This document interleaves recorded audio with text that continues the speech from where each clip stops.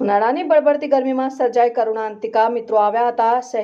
સહેલાણીએ ગરમીથી બચવા નહાવા પડ્યા અને બની દુર્ઘટના. કોટના પાસે આવેલ મહીસાગર નદીમાં 2 યુવકો ડૂબતા નિપજ્યું કરુણ મોત. વડોદરાથી 9 જેટલા યુવકો કોટના બીચ ખાતે ગરમીથી બચવા ગયા હતા નહાવા. આ સ્થળ વિસ્તારના લોકો માટે ફરવાનું માનીતું સ્થળ.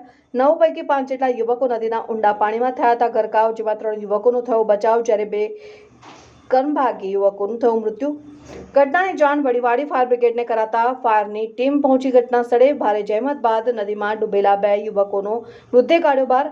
મહીસાગર નદીમાં ડૂબી જનાર 2 યુવકોની થઈ ઓળખ. દાંડિયા બજાર ખાતે રહેતો કૃષ્ણા રાજપૂત અને સલાટવાડા ખાતે રહેતો જય જોગલેકર પાણીમાં ડૂબ્યા. મૃતક યુવકોની ઉંમર 22 વર્ષ અને બંનેના મૃતદેહોને પોસ્ટમોર્ટમ અર્થે ગોત્રી હોસ્પિટલ ખાતે ખસેડાયા.